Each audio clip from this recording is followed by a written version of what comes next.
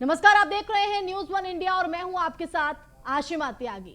देश में कोरोना संक्रमण लगातार पैर पसारता जा रहा है। हर तरफ हाहाकार मचा है, जहां हर तकरीबन 3 से 4 लाख से बीच लोगों में संक्रमण की पुष्टि हो रही है। तो वहीं महामारी कोरोना वायरस का कहर अब गांव में भी दिखने लगा है। जी हां, यूपी के कई गांव में कोरोना वायरस ने पैर पसार लिए हैं। राज्य के कई गांव में कोरोना महामारी से मौतें हो रही हैं, जिससे गांवों में इस वक्त संक्रमण से दहशत का माहौल बना हुआ है। बता दें कि यूपी के आगरा, रायबरेली, बुलंदशहर के गांव में एक जैसा हाल है, जहां पर बीते 1 महीने में कई गांवों में मौतें हो चुकी हैं, जिसके चलते लोग डर के साए में जीने को मजबूर हैं। लोगों को डर है। ऐसे में आप ये तस्वीरें भी देख रहे हैं कि तमाम कोशिशें की जा रही हैं, कवायदें जारी हैं, सैनिटाइजेशन का काम हो रहा है, दवाएं पहुंचाई जा रही है, लेकिन उसके बावजूद भी गांव में धीरे धीरे अपने जड़ें जमाने लगा है ये खतरनाक वायरस, जिसके चलते कई लोगों की जान जा चुकी है जिले के अलग अलग गाँव में। तो दबे पांव कोरोना गाँव गाँव पहुंच रहा है और कोहराम मचा रहा है। तो बात करते हैं सुल्तानपुर की। सुल्तानपुर के गांव की स्थिति भी ज्यादा अच्छी नहीं। यहां भी कोरोना का आतंक जारी है। बीते कई दिनों से यहां के गांवों में भी संक्रमण की दर में इजाफा देखा गया है। सुल्तानपुर के गांव में कोरोना से लड़ाई किस तरह जारी है, देखिए ग्राउंड रिपोर्ट। नमस्कार, मैं हूं संतोष पांडे और आप देख रहे हैं न्यूज़ वन इंडिया। खबर भी असर भी। जी हाँ, आज पहुंचे हैं ग्रामीण क्षेत्रों में, जहां पर हमको ये जानना है कि आखिर ग्रामीण क्षेत्रों में कोरोना काल में क्या व्यवस्थाएं हैं, किस तरह से लोग यहाँ पर जीवन यापन कर रहे हैं, किस तरह से जो कि जिस शहर में लॉकडाउन लगा हुआ है यहाँ पर उसका पालन क्या कराया जा रहा है, और दवाइयों के बारे में कैसे क्या दी जा रही है, इनको दवा दी जा रही नहीं दी जा रही है, इन सभी बातों पर चर्चा करेंगे हम गांव के ग्रामीण से और जानेंगे उनसे यहाँ की हकीकत क्या है। जी, आपका पहले सुना। रोहित जायसवाल। यहाँ पर आप यहाँ रहते हैं आप? हाँ, ये मेरे मामा का घर है यहाँ पे। ग्राम प्रधान कौन है यहाँ पर? शंभू निषाद। तो जो कोरोना के मरीज यहाँ पर निकलते हैं अगर, तो उनको किस तरह से दवा दी जाती है, किस तरह से उनको रखा जाता है, कैसे क्या सीएससी में व्यवस्था क्या है, प्रधान के द्वारा क्या व्यवस्था दी जाती है, कैसे क्या है? प्रधान की जरा व्यवस्था क्या है, जो है कि उन्हें बताया जाता है तो जो उनको अस्पताल भेजा जाता है। अस्पताल में फिर लगती है, पता लगता है वैक्सीन लगी या नहीं लगी, फिर पता लगता है 2-4 घंटे बाद एक्सपायर हो गए, फिर रोना पिटना, यही सब सिस्टम है यहाँ पे और कुछ नहीं।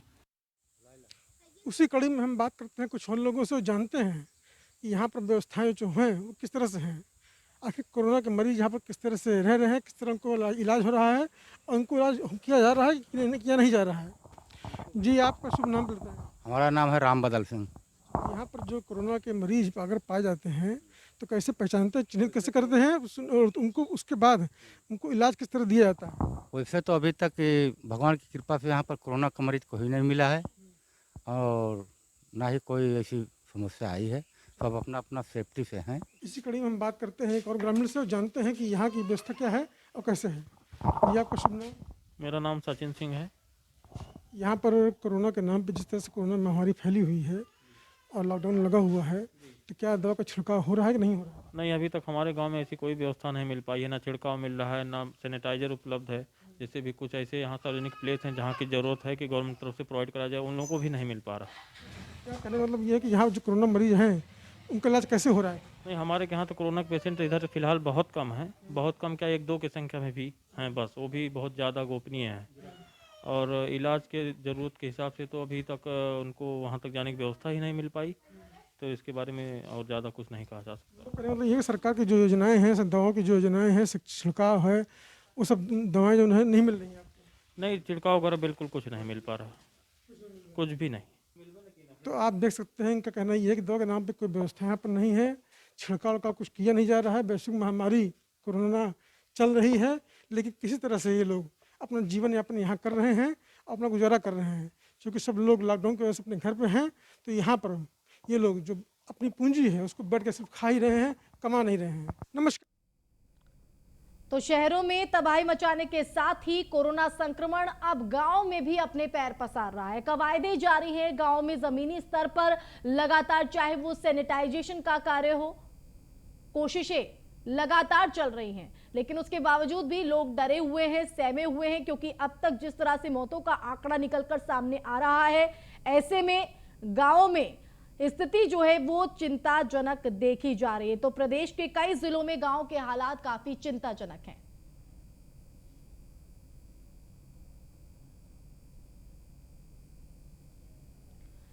तो जिस तरह की स्थिति है वो बेहद ही चिंताजनक है और धीरे धीरे जो गांव को भी अब ये कोरोना की दूसरी लहर दहला रही है। मौतों का आंकड़ा बढ़ रहा है और ऐसे में जो कोरोना मरीज हैं और जिनमें सिम्टम ही सिर्फ पाए गए हैं वो इन मौतों से डरे हुए हैं। हालांकि कवायदे जा रही हैं, लेकिन सवाल यह है कि इन तमाम कवायदों के बावजूद भी आखिर इस तरह की जो स्थिति है वो क्यों दिखाई पड़ रही है। मुजफ्फरनगर से सचिन जौहरी हमारे साथ जुड़ गए हैं, तो वहीं हापुड़ से ताहिर खान हमारे साथ लाइव जुड़ गए हैं और धरातल पर क्या स्थिति है समझने की कोशिश करते हैं। तो हापुड़ से हमारे साथ ताहिर खान है। ताहिर, अब मैं सबसे पहले आप ही के पास आना चाहूंगी, किस तरह की स्थिति हापुड़ में देखने को मिल रही है, क्योंकि अब तक की जो आंकड़ा है वो शहरों में देखने को मिल रहा था, लेकिन अब धीरे धीरे अपनी जड़ें मजबूत करने लगा है गांव में भी कोरोना।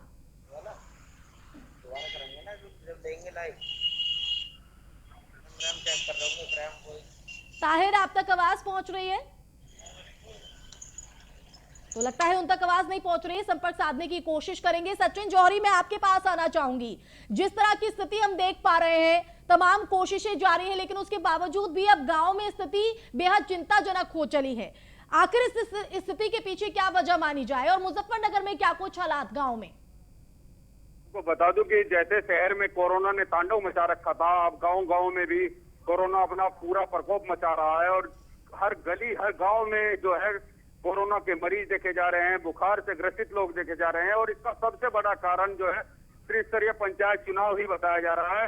जैसे ही गांव में चुनाव हुए, उसके बाद संपन्न हुए, उसके बाद हर घर में जो मरीज देखे जा रहे हैं और उसको लेकर जिला प्रशासन ने भी अपनी पूरी तैयारी कर दी है। जिला प्रशासन ने गांव में सैनिटाइजेशन का कार्य शुरू करा दिया है और जो लगातार आइसोलेशन वार्ड बना दिए हैं। आज प्राथमिक स्कूलों में आइसोलेशन वार्ड बनाए जा रहे हैं। डोर टू डोर सबकी चेकिंग की जा रही है। सबके घर पर जाकर जो गांव निगरानी समिति है, आशाएं हैं और जो गांव सचिव हैं, उनको लगा दिया गया है इन कामों पर। और गांव की स्थिति की बात करें तो बेहद चिंताजनक स्थिति है शहरों की अपेक्षा। शहर में तो तांडव मचा ही है, बिल्कुल, शहरों में तबाही मचाने के साथ साथ ही अब गांव में भी अपने पैर पसार रहा है। और गांव के, अगर जिलों के गांवों की बात करें तो स्थिति बेहद चिंताजनक है, क्योंकि संक्रमण का जो दायरा है उसके बढ़ने के साथ साथ भी मौतों का जो आंकड़ा है वो भी बढ़ता नजर आ रहा है। बिल्कुल, मौतों का जो आंकड़ा है वो पूरी तरह से बढ़ चुका है। हर गाँव से हर देहात में पूरी तरह से मौतों का आंकड़ा बढ़ रहा है और लगातार मौतों की जो आ रही है सूचना है जी। ताहिर, मैं आपके पास आना चाहूंगी। स्थिति बेहद ही भयावह है। अब तक शहर में ही ये तबाही मच रही थी, लेकिन अब गांवों को भी दहला रहा है। हापुड़ की बात करें, वहां क्या स्थिति है? जिलों के गांव में जिस तरह से स्थिति बनी हुई है वो बेहद चिंताजनक जी। हापुड़ की स्थिति जो शहरों की है वो भी बड़ी भयानक है। उसके अलावा जो गाँव है, गाँव में भी जो है कोरोना वायरस वो अपने पैर पसार चुका है। हालांकि हापुड़ के जो जिला अस्पताल है उसके अलावा जो CHC है बराबर टेस्टिंग की जा रही है और लगातार 300 का आंकड़ा जो है लगभग डेली कोरोना वायरस का जो मरीज है वो पार कर रहा है। गांवों की स्थिति की बात की जाए, गांवों में भी लगातार जो है कोरोना के जो मरीज मिल रहे हैं और बुखार से जो काफी ऐसे मरीज भी हैं जांच कराने के लिए नहीं जा रहे हैं और वहीं छोटे मोटे डॉक्टरों से इलाज करा रहे हैं। बिल्कुल, लेकिन ताहिर, जिस तरह की स्थिति है, इस स्थिति के पीछे वजह क्या मानी जा रही है? क्योंकि खुद सीएम योगी के आदेश है कि गांवों में पूरी तरीके से जो कवायदें चल रही हैं, जो सरकार की तरफ से कदम उठाए जा रहे हैं, वो धरातल पर भी उन्हें अमल में लाया जाए। क्या ये अमल में आ रहे हैं या कहीं कोई चूक जिसकी वजह से इस तरह के परिणाम दिख रहे हैं?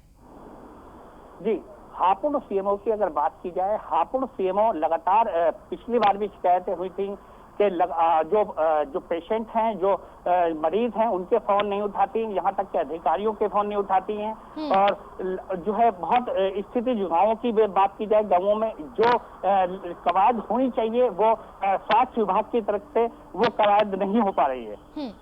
इसके पीछे क्या वजह है जानने की कोशिश करेंगे ताहिर आपसे, लेकिन मैं सचिन आपका रुख करना चाहूंगी। मुजफ्फरनगर अगर की बात करें तो वहां के गांव में जो प्रशासन है उनकी तरफ से किस तरह की व्यवस्था है, क्योंकि व्यवस्था है, कवायद है, कदम उठाए जा रहे हैं, लेकिन जब धरातल परिस्थिति देखते हैं तो तस्वीरें उसके बिल्कुल विपरीत नजर आती हैं। इसके पीछे क्या वजह मानी जाए?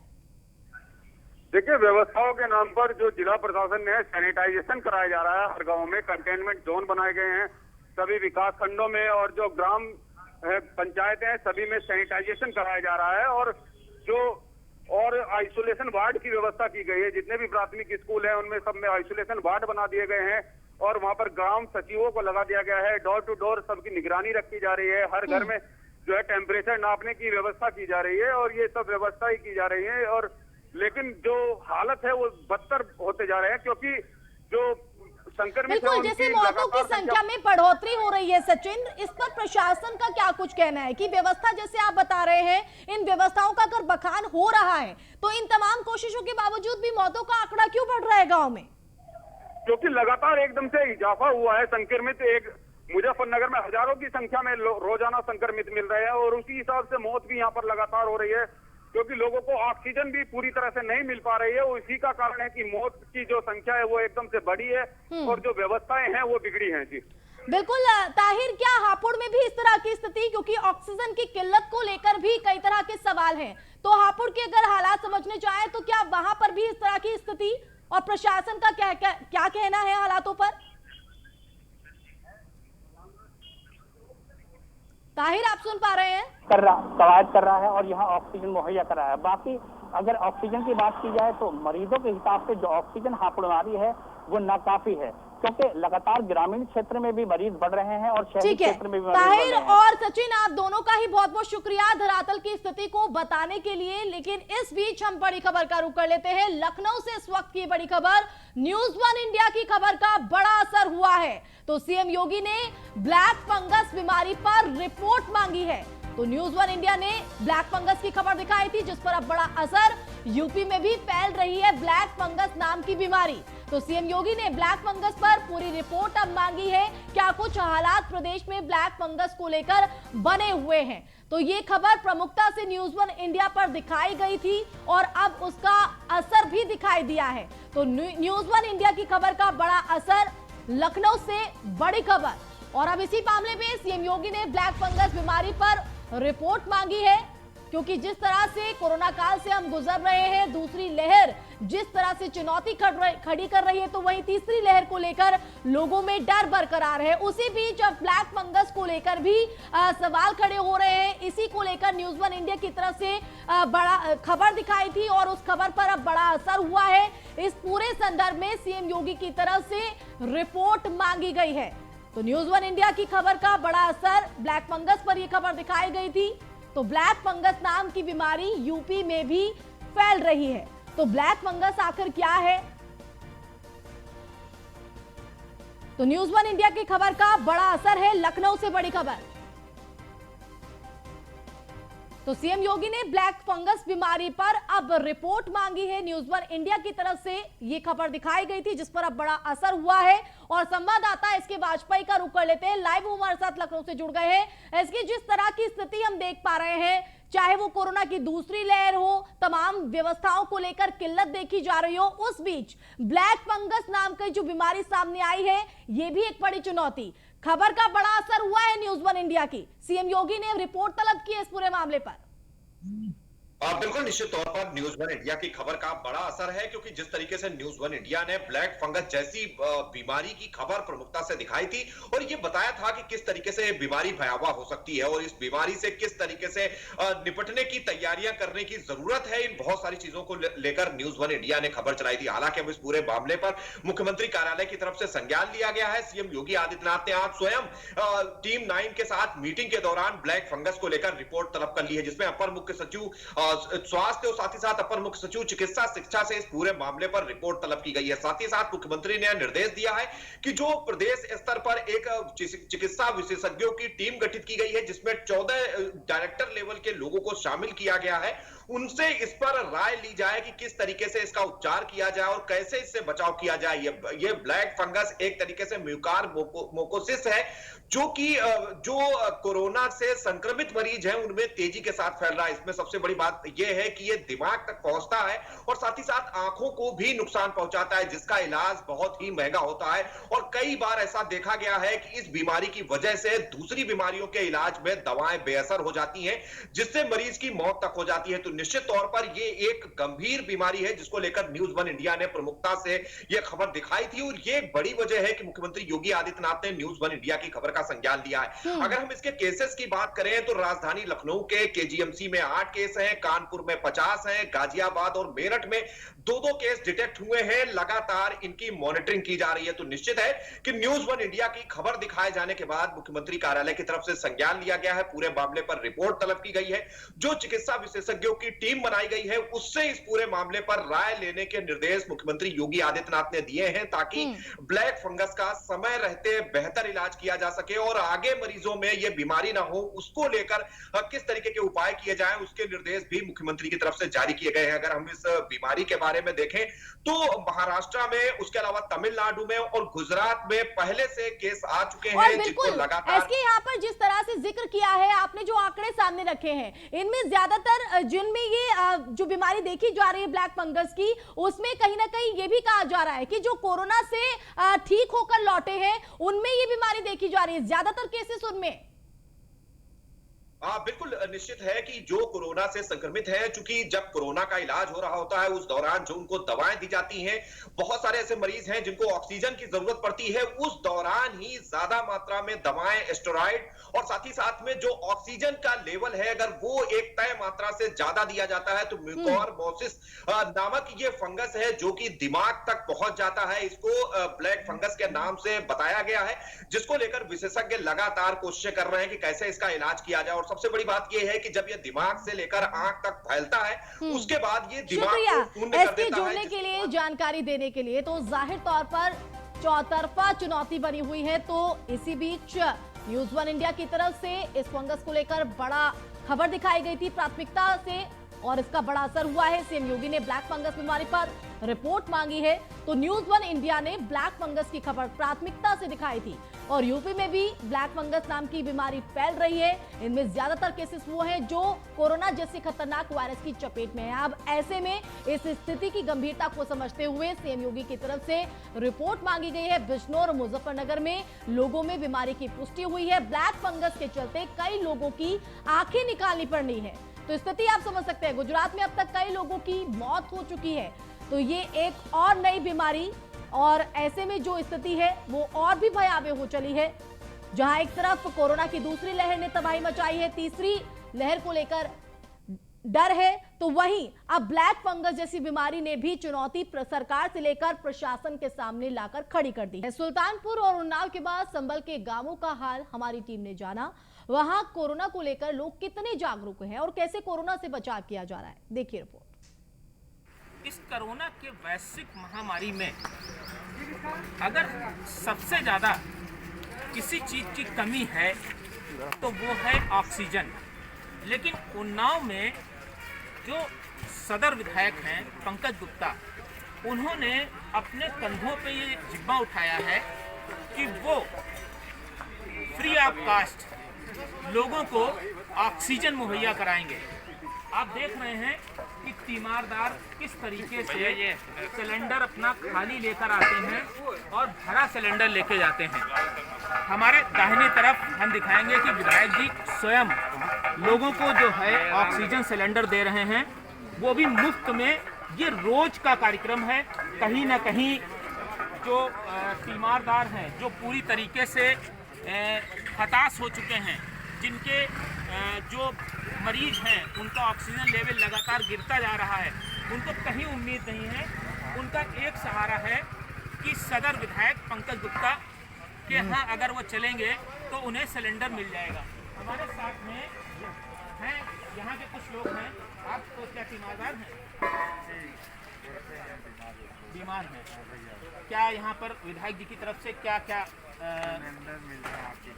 ऑक्सीजन सिलेंडर, ये कब से प्रक्रिया लगातार जारी है? जब से चालू हुआ है तब से चालू। अच्छा, क्या है? जब से ये बीमारी चली है तब से विधायक जी सिलेंडर दे रहे हैं। ये किस तरीके से मुफ्त पूरा फ्री, अपना खाली सिलेंडर जमा करते हैं और उसके बाद भरा हुआ 13 नंबर किसका? लगभग रोज कितने सिलेंडर जो है विधायक जी बांट देते हैं? 13 नंबर चिपकाओ। गिनती नहीं, 50 सिलेंडर रोज बचते हैं। तो आप देख रहे हैं कि ये तीमारदार हैं। कहीं ना कहीं जो ऑक्सीजन सबसे बड़ी एक समस्या है, उसको लेकर के लगातार जो है विधायक जी सिलेंडर को बंटवाने का काम उनका लगातार जारी है। और जब से ये कोरोना की शुरुआत हुई है तब से इस तरीके से वो एक ऐसी जनसेवा कर रहे हैं जो कहीं से उम्मीद नहीं है वो विधायक जी के द्वारा की। तो गांव-गांव को दहला रहा है कोरोना। तो आगरा शहर अभी तक कोरोना संक्रमण से उभर ही नहीं पाया कि यहाँ के ग्रामीण इलाकों में कोरोना ने दस्तक दे दी है और अपना कहर बरपा रही है। कई गांव ऐसे हैं जहां बीते 20 दिनों से मौतों का सिलसिला जारी है। बमरोली कटारा गांव में अब तक 50 लोगों की मौत हो चुकी है। और आगरा के गांव में क्या स्थिति है, क्या हालात है, देखिए रिपोर्ट। हमारी ग्राम पंचायत में जितनी जो बुखार, खांसी, जुकाम 2 दिन 1 दिन होता है, जैसे ही मौत हो जाती है। अब तक ग्राम पंचायत में लगभग 25 से 30 मौत हो चुकी हैं। क्या 1, 2 या 4, 6 ऐसे कोरोना पॉजिटिव से भी कोई किसी की मौत हुई है? हाँ, कोरोना पॉजिटिव हैं भी, उनकी दवा चल रही है। कुछ कोरोना पॉजिटिव आए हैं, वो लोगों की मृत्यु हो गई है। मिला है इसी गांव में ज़्यादा कोरोना का मरीज है। लगभग मैं आज देखा हूँ 25 लोग हैं, 15 पिछले मतलब पुराना पेशेंट अभी 10 मिला है। इसलिए हम व्यवस्था का चेक किया है, स्वास्थ्य विभाग का फैसिलिटी का चेक किया है, कैसे उनको दवा मिल रहा है नहीं है, क्या क्या सुविधा मिल रहा है, साफ़ सफाई, गांव में लॉकडाउन कैसे इम्प्लीमेंट हो रहा है, निगरानी समिति का कार्य कैसे चल रहा है, वो सबका व्यवस्था हुआ है। एंड अभी कार्य को मजबूत करने के लिए, बढ़ाने के लिए भी सबसे डिस्कस हुआ है। कुंडोल में अब तक पूरी ग्राम सभा में 25 से 30 लोग मृतक हो गए हैं। उसमें बुजुर्ग भी हैं, जवान भी हैं और कुछ महिला भी हैं। और कोई भी अभी सरकारी तरफ से कोई भी मदद आज तक नहीं मिली है। कोई भी सैनिटाइज़र या कोई भी जांच में कोई भी सहूलत नहीं मिली है। कोई जनप्रतिनिधि, सांसद, विधायक कोई कैसी भी खबर नहीं दी है। पिछले 15 दिन के अंदर लगभग 50 मौतें हो चुकी हैं और शासन और प्रशासन की तरफ से कोई मदद नहीं आ रही है। न कोई कोविड-19 की जांच अभी तक कोई जांच करने के लिए आया है। ये किस विकास खंड में आपका गांव पड़ता है? बरौली अहीर विकास खंड में। तो दबे पांव कोरोना गांव-गांव अपने पैर पसार रहा है और गांव को दहला रहा है। बुखार से चाहे सर्दी जुकाम से लोगों की मौतें हो रही हैं, जाने जा रही हैं। और आगरा में भी अब इसका कहर देखने को मिल रहा है। तो अब तक आगरा के शहरी इलाकों में कोरोना का कहर था। तो दबे पांव कोरोना गांव-गांव अपने पैर पसारता नजर आ रहा है और ऐसे में अब लोगों में डर का माहौल।